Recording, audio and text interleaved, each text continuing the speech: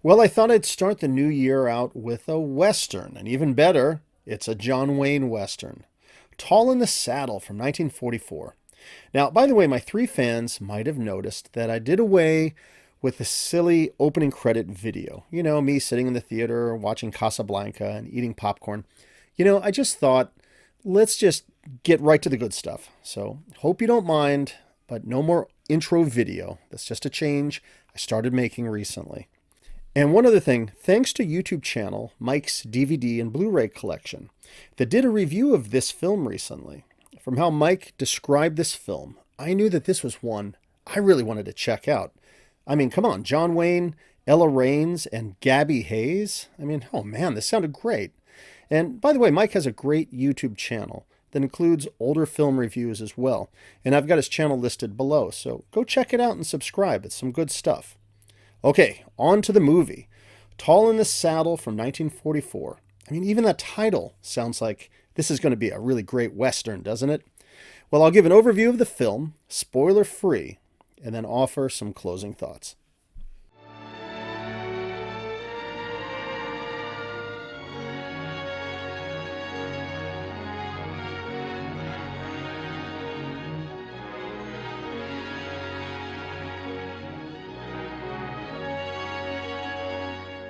The movie opens up with the character of Rocklin, played by John Wayne. Now, he's just arriving in town. And nearby is the character of Dave, who's played by Gabby Hayes, who sees him arrive in town, and he's just about to drink some booze when his horse knocks it away. Ah, Gabby, you old coot. Well, they're going to wind up driving a coach together. And they pick up two passengers from town, Miss Elizabeth Martin, who's played by actress Elizabeth Risden, and her lovely daughter Clara, played by Audrey Long. Now they take off with Rocklin and Dave riding on top and just driving this wagon. And Dave waxes philosophic about whiskey and women. They both fool you, but you can never figure out how to do without 'em.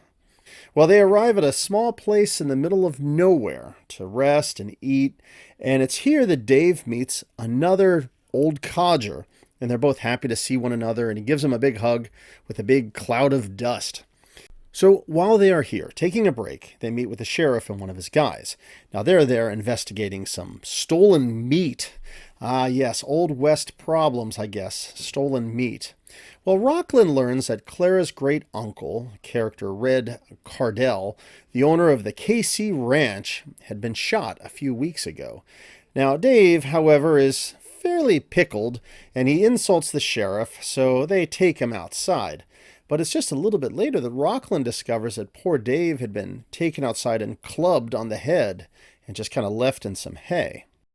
Rocklin arrives in town and is invited by Judge Robert Garvey, actor Ward Bond, to join in a poker game that's going on. Now, the character of Clint Harolday, played by actor Russell Wade, bets against Rocklin, which is never a smart move to bet against John Wayne.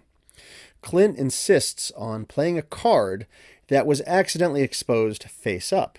And Rocklin corrects him, tells him that when that happens in a game, the card is dead, and that he himself had actually won that hand.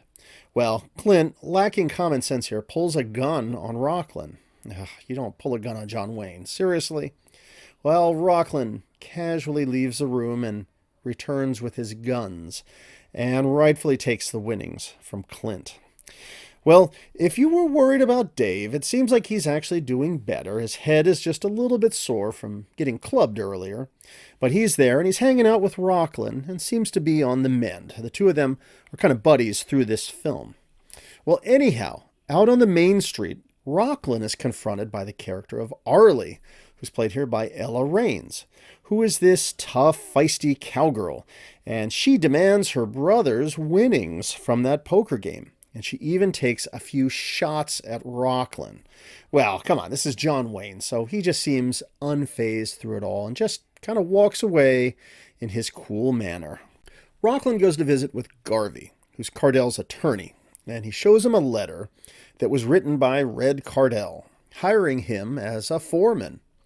Garvey seems a little puzzled about this, but right around here, Miss Martin and Clara arrive at Garvey's office to claim the KC Ranch. as part of Clara's legacy. And also at this point, Clara seems to have her eyes on Rocklin. Well, Miss Martin isn't having it at all. She doesn't want Rocklin there. And he's ready to walk, and he's just going to return the $150 in wages that Cardell had advanced to him. Clara, though, insists that he keep the money. And it's around here that Arlie enters the office to inform Rocklin that her stepfather wants to hire him as a foreman of the Topaz Ranch. Quite the twist, as she is actually the one that wants to hire him, just to fire him because she hates him. Well, okay. Well, Rocklin goes to meet with his new employer, Harold, played by Donald Douglas. But around here, Dave rushes in, telling him that George Clues is in town and is looking for him. Oh boy, here we go. And this leads to a showdown out on the street. Dave clears away all of the bystanders, and out saunters Rocklin. He strolls up to George as cool as he can. What a scene. Did you want to see me?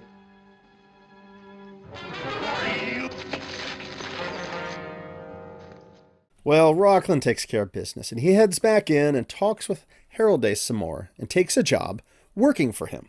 Harold tells him that he thinks Cardell was killed by a gang of rustlers and sends him out to the line camp to investigate and go look for them.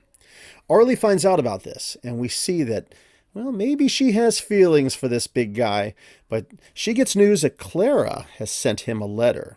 And the character Tallow, played by Frank Puglia, tells her that there might be some feelings between Rocklin and Clara. A little bit of drama developing. Well, Harold arrives, cheerful about acquiring some land, but Arlie is annoyed that he sent Rocklin to this line camp.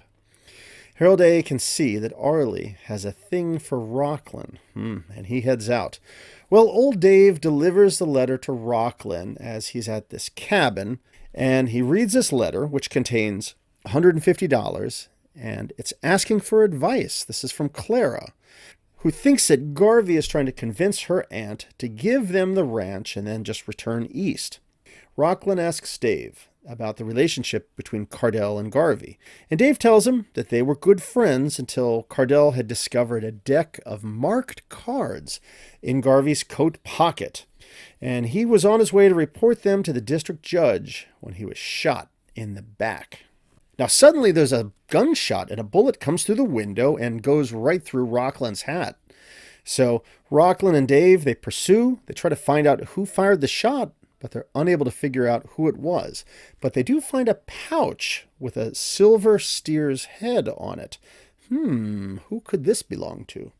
Well, back at the cabin, they find Arlie searching for Clara's letter. Rocklin arrives, tears up the letter, and Arlie orders him off the ranch as she's furious with him. She even hurls a knife at him, but John Wayne is far too cool for those type of shenanigans, and he strides over to her and plants her with a big ol' smooch. But since he's just been fired from his job, he and Dave leave, with Arlie left in tears. Rocklin heads to Harold's office and shows him the pouch and tells him about the mysterious shooter. Clint shows up, and that was the guy who cheated at cards earlier, and when asked about the pouch, seems a little bit suspicious about it. Rocklin leaves, and Harold recognizes the pouch. He warns Clint that, he might need to leave town. While back at his hotel room, Clara shows up to meet with Rocklin, telling him that her aunt has been threatening to sign an affidavit that would declare her underage, and because of this, her aunt would actually take control of the ranch. And Clara, of course, seems to have stars in her eyes for John Wayne as well, but when he finds out that Garvey has a letter proving that she is of legal age, he goes to get it. But wouldn't you know it, he's too late because that sneaky Garvey character has just burned it. He's just about to fill out this affidavit letter when Rocklin bursts into his office and begins to search around, looking for the letter. Now, he doesn't find it, obviously, but he does discover 2 decks of marked cards in Garvey's desk. And from this, he accuses the lawyer of having been the one who killed Red Gardell. And this leads to an epic fistfight, and of course, the Duke clobbers him. Now, after this, Rocklin tells Dave to go and get Halliday, then returns to his room to discover Arlie and Clara talking together. Arlie tries to make Clara jealous by telling her about Rocklin's kiss, and Clara seems dejected and leaves. Arlie seems to think she's got Rocklin all for herself. Or does she? Clara returns to her place, and her aunt, who has found out what she's been up to, is very frustrated with her and gives her a slap. "Have you no decency?" she says. Now, a little later, Dave brings the character Clint Harrelday to Rocklin's room so he can be questioned about Garvey's involvement in Cardell's murder. But wouldn't you know it, that sneaky, no-good Garvey character climbs the outside stairs to just outside of Rocklin's room. He aims his gun into the room, and Clint quickly shoves Rocklin aside and is shot and killed. Garvey tosses the gun into the room and flees. So the townfolk all arrive and they find Clint dead with Rocklin there, and there's the gun, and they assume that Rocklin is the one that killed Clint. And Garvey manages to get into this crowd as well, and they're all ready to pin the blame for the murder on him. Even Arlie shows up and is tearfully asking, "Why did you do it?" Well, things aren't looking too good for Rocklin here, with everybody ready to just lynch him when he jumps through the window and makes his escape. And you know what? With only about 10 minutes or so left in this film, I won't give away the ending. Will Rocklin be able to clear his name and bring down that sneaky Garvey character? And to which of the lovely women will Rocklin give his heart to, Arlie or Clara? And will old Dave ever be able to get another drink at the bar? Well, you need to see the ending for yourself. Well, let me offer some closing thoughts here. Tall in the Saddle came out in 1944. It was produced by RKO and was directed by Edwin L. Marin. And look, if you are looking for the quintessential John Wayne film where he's the larger-than-life cowboy hero who saunters into town, defeats the big bad guy, and romances the local sweetie, all the while hanging out with his old codger friend, well, then this is the film to watch. As usual, John Wayne plays the cool, unstoppable hero that other cowpokes fear and the ladies all seem to swoon for. Even Ella Raines, who is adorable as this scrappy, tough cowgirl with the fiery, defiant eyes, we know she's fallen for the big guy. But does she have his eyes? Or is it the more prim and proper Audrey Long instead? It was an interesting love triangle, but you could probably tell who the Duke will give his old cowboy heart to. And by the way, when I see Ella Raines in a movie, I'm reminded of her role as the sweet small-town girl who falls for Brian Donlevy's character in the film Impact from 1949, which is one of my favorite crime films.